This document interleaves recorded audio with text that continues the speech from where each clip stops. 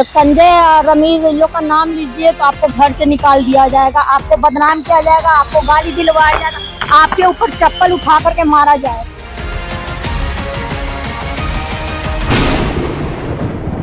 नमस्कार। सबसे पहले इसी साल 27 सितंबर का मेरा ये वीडियो देखिए जिसमें मैंने लालू परिवार में क्या हो सकता है चुनाव के बाद इसके बारे में कहा था। अब सवाल है कि आगे क्या? आगे विधानसभा चुनावों के नतीजों से सब कुछ तय होगा। अगर तेजस्वी यादव के नेतृत्व में महागठबंधन जीत गया और तेजस्वी यादव मुख्यमंत्री बन गए, तब तो परिवार में तेजस्वी के खिलाफ उठने वाली सारी आवाजें खामोश हो जाएंगी। खामोश। लेकिन कहीं तेजस्वी का मुख्यमंत्री बनने का सपना इस बार भी पूरा नहीं हुआ तो लालू परिवार का घमासान हो सकता है कि 2016-17 में मुलायम परिवार के घमासान से भी ज्यादा तीखे रूप में सामने आ जाए। और चुनाव के नतीजे आते ही लालू परिवार पर वो दुर्भाग्यपूर्ण घड़ी आ ही गई। कहते हैं कि जीत के 10 बाप होते हैं लेकिन हार अनाथ होती है। जिस तेजस्वी की ताजपोशी की तैयारी महागठबंधन कर रहा था, उनकी बुरी तरह हुई हार के बाद पार्टी और गठबंधन से पहले लालू के परिवार में घमासान छिड़ गया। लालू यादव को अपनी किडनी देने वाली बेटी रोहिणी आचार्य ने बाकायदा ऐलान करके पार्टी और परिवार से खुद को अलग कर लिया। उन्होंने यहाँ तक कहा कि उनको भद्दी भद्दी गालियाँ दी गई, चप्पल तक फेंकी गई। घर से निकाले जाने से पहले उन्होंने क्या कहा वो जान लीजिए। रोहिणी का दर्द उनके ट्वीट से और फिर बयान से ज्यादा छू। वही लोग निकाला है हमको परिवार से, क्योंकि रिस्पॉन्सिबिलिटी लेना नहीं है उनको।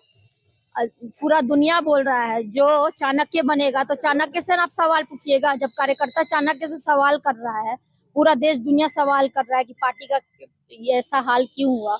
अब जब संजय और रमीज इन लोग का नाम लीजिए तो आपको घर से निकाल दिया जाएगा, आपको बदनाम किया जाएगा, आपको गाली दिलवाया जाएगा, आपके ऊपर चप्पल उठा करके मारा जाएगा। इस एक घटना से आप समझ सकते हैं कि तेजस्वी की हार से कैसे परिवार का कलह सतह पर आने लगा है।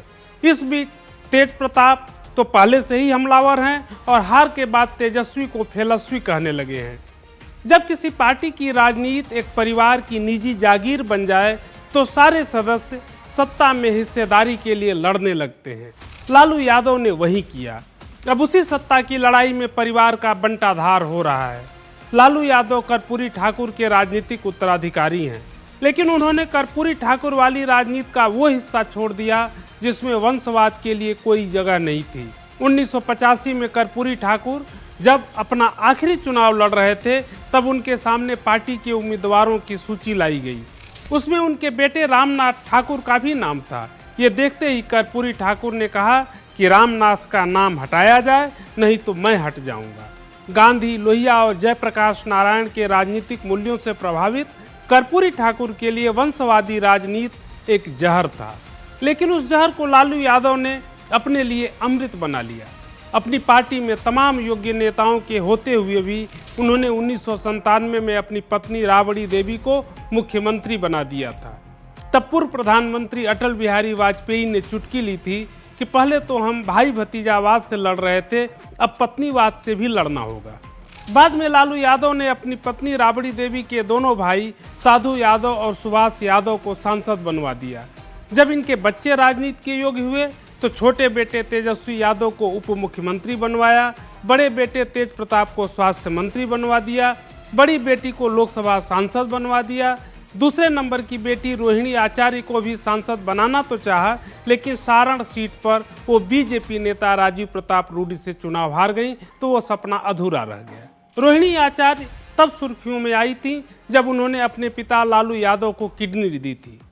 ये 2022 की बात है, लेकिन ये एक निजी पारिवारिक मामला है। अपने माता पिता के प्रति एक बच्चे का ये पवित्र कर्तव्य है जिसका पालन करने के लिए रोहिणी साधुवाद की पात्र बनी। लेकिन रोहिणी आज जो कुछ कह रही हैं उसके मुताबिक उनके ऊपर तेजस्वी यादव ये आरोप लगा रहे हैं कि किडनी देने के लिए उन्होंने करोड़ों रुपए लिए। अब पता नहीं कि इसमें कितनी सच्चाई है, लेकिन सच्चाई है तो करोड़ों आए कहाँ से, ये एक अलग मामला है। ये बात सही है कि एक वक्त में लालू यादव ने बिहार के उपेक्षित वंचित तबकों को आवाज़ दी थी। वो दौर 1990 का था जब लालू यादव पहली बार बिहार के मुख्यमंत्री बने थे। उसी दौरान प्रधानमंत्री विश्वनाथ प्रताप सिंह ने मंडल आयोग की सिफारिशों को लागू करके ओबीसी को 27% आरक्षण का ऐलान किया। वीपी सिंह के इस फैसले की कीमत अपनी सरकार गंवाकर उन्हें चुकानी पड़ी थी, लेकिन उस फैसले से बिहार में लालू यादव की राजनीति चमक गई। इससे पिछड़े वर्ग के लोगों में आत्मसम्मान और राजनीतिक नेतृत्व की भावना जगी। लेकिन क्या अपनी वंशवादी राजनीति में उस भावना का गला लालू प्रसाद यादव ने ही नहीं घोंट दिया? बिहार में पिछड़े वर्ग की आबादी करीब 54% है। लालू यादव को कुर्सी छोड़नी पड़ी तो मुख्यमंत्री अपनी पत्नी को बनाया, और अब मुख्यमंत्री बनने का मौका मिलता या आगे कभी मिल पाया तो बेटे तेजस्वी को ही मिलेगा। उसी तरह पार्टी में देखिए तो 1997 में लालू यादव ने राष्ट्रीय जनता दल बनाया, तब से वही अध्यक्ष हैं। कोई दूसरा अध्यक्ष नहीं मिला। ओबीसी के अंदर ही किसी दूसरी जाति के व्यक्ति को ये मौका कभी नहीं मिला। जबकि आदर्श स्थिति तो ये है कि हर 3 साल पर पार्टी का अध्यक्ष बदलना चाहिए, लेकिन मामला पारिवारिक होता गया। इसीलिए लालू यादव से राजनीति में जूनियर रहे नीतीश कुमार बाजी मार ले गए। नीतीश कुमार की पार्टी के अध्यक्ष बदलते रहे, लोकतांत्रिक परंपरा का एहसास होता रहा। नीतीश कुमार भी उसी कर्पूरी ठाकुर की राजनीतिक परंपरा से निकले हैं जिससे लालू यादव निकले हैं, लेकिन लालू यादव ने वंशवाद को आत्मसात कर लिया। नीतीश ने ऐसा नहीं किया, इसीलिए नीतीश का कद आज भी काफी बड़ा दिखता है, और इसे बिहार के लोगों ने इस चुनाव में दिखा भी दिया। ऐसा नहीं है कि आरजेडी में लालू यादव या उनके परिवार से अलग कोई नेता है ही नहीं। नेता तो एक से बढ़कर एक हैं जिन्होंने आरजेडी को आबाद रखा, बल्कि बिहार में सत्ता की राजनीति की लंबे समय तक धुरी भी बनाए रखा। इसको आप 2020 के विधानसभा चुनाव से समझ सकते हैं। 2020 में तेजस्वी यादव 31 साल के थे। लालू यादव जेल में थे। पार्टी तेजस्वी के नाम पर लड़ रही थी। कर्ता धर्ता वहीं थे, नेता वहीं थे। अनुभव भी सिर्फ 5 साल का था, फिर भी उनको 75 सीटें मिल गई। तब कांग्रेस ने सिर्फ 19 सीटें जीती थी। अगर कांग्रेस ने 35 सीटें भी जीती होती तो बहुत संभव था कि तब तेजस्वी की सरकार बन गई होती। लेकिन कांग्रेस हमेशा की तरह उस बार भी हार गई और तेजस्वी का मुख्यमंत्री बनने का सपना 5 साल के लिए स्थगित हो गया। हालांकि तब तेजस्वी ने मान लिया था कि ये जीत उनकी है, उनके नाम का सिक्का चला है।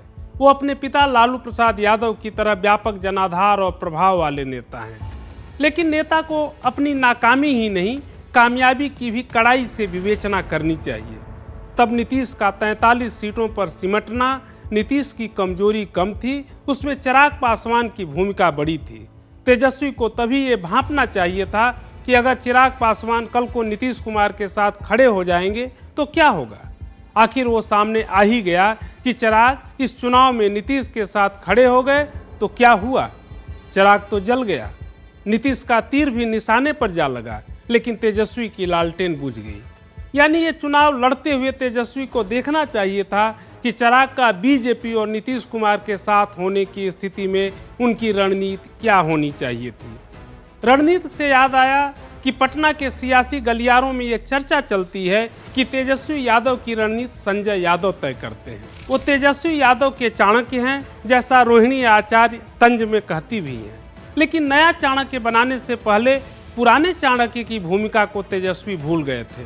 2020 के विधानसभा चुनाव में जब लालू यादव जेल में थे तब आरजेडी के प्रदेश अध्यक्ष जगदानंद सिंह थे। जगदानंद सिंह उन चंद नेताओं में हैं जिन्होंने लालू का साथ कभी नहीं छोड़ा। उस चुनाव में आरजेडी की सारी रणनीति जगदानंद सिंह की थी। पर्दे के पीछे उनका दिमाग चल रहा था, पर्दे के सामने तेजस्वी यादव का चेहरा था। उम्मीदवारों के टिकट बंटवारे से लेकर चुनाव में मुद्दों के चयन और चुनावी रणनीति तक में उनकी सबसे प्रबल भूमिका थी। लेकिन जब जीत मिली तो तेजस्वी यादव ने हरियाणा से आए संजय यादव को अपना गुरु बना लिया। संजय यादव राज्यसभा में जरूर चले गए, लेकिन तेजस्वी की पार्टी के लिए विधानसभा का रास्ता बंद कर दिया। अब 25 सीटों वाले आरजेडी की हनक स्वाभाविक है कि कम होगी। इसीलिए रोहिणी आचार्य ने परिवार और पार्टी से नाता तोड़ लिया। बगावत सड़क पर आ गई। लालू की 3 दूसरी बेटियां मायका छोड़कर चली गईं। पार्टी और परिवार से निकाले गए तेज प्रताप यादव तो चुनाव से पहले भी कह रहे थे आज भी कह रहे हैं कि आरजेडी को जयचंदों ने खोखला किया है।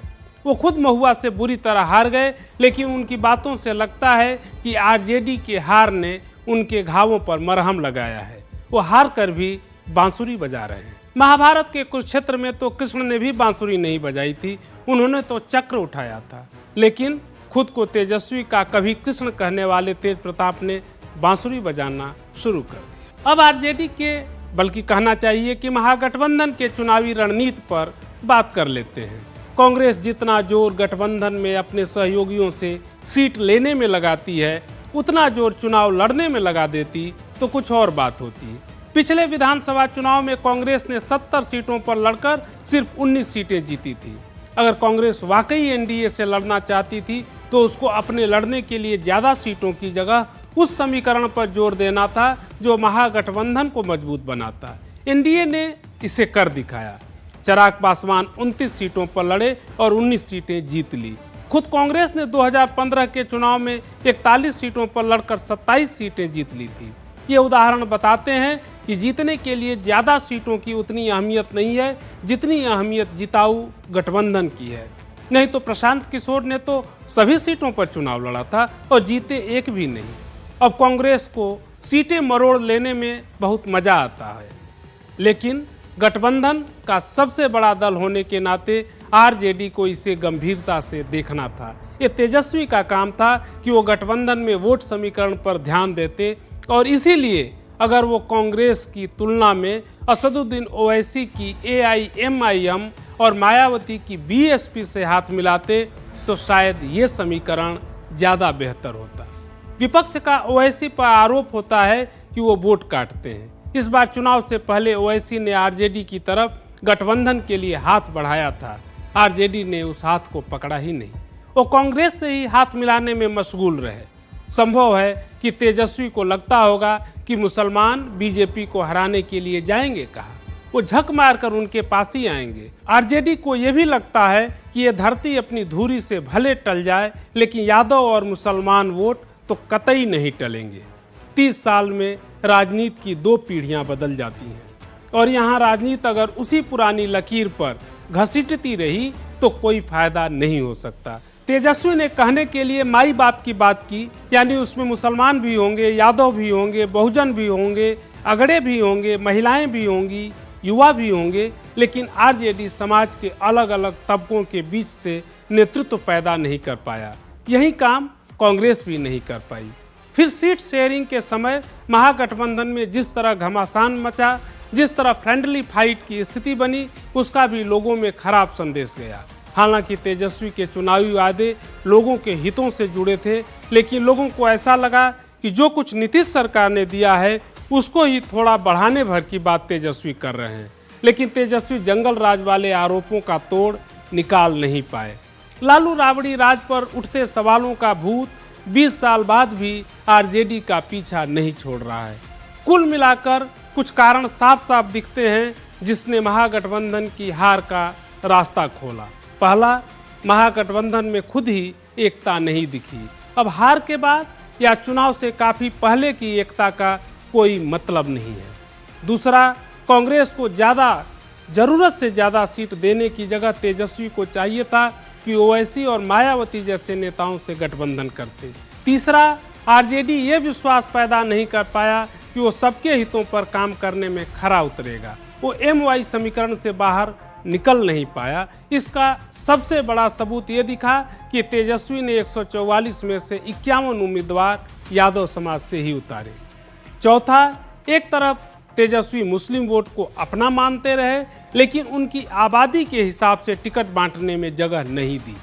और पांचवा, मुकेश सहनी को उप मुख्यमंत्री उम्मीदवार बनाने से निषाद वोट तो नहीं आए, लेकिन ओवैसी ने ये कहकर मुस्लिम भावनाओं को भड़का दिया कि 2% आबादी वाला उप मुख्यमंत्री बन सकता है तो 18% आबादी वाला क्यों नहीं बन सकता। छठा, हमेशा सरकार विरोधी माहौल ही नहीं रहता, कभी कभी ज़्यादा पक्ष में भी रहता है।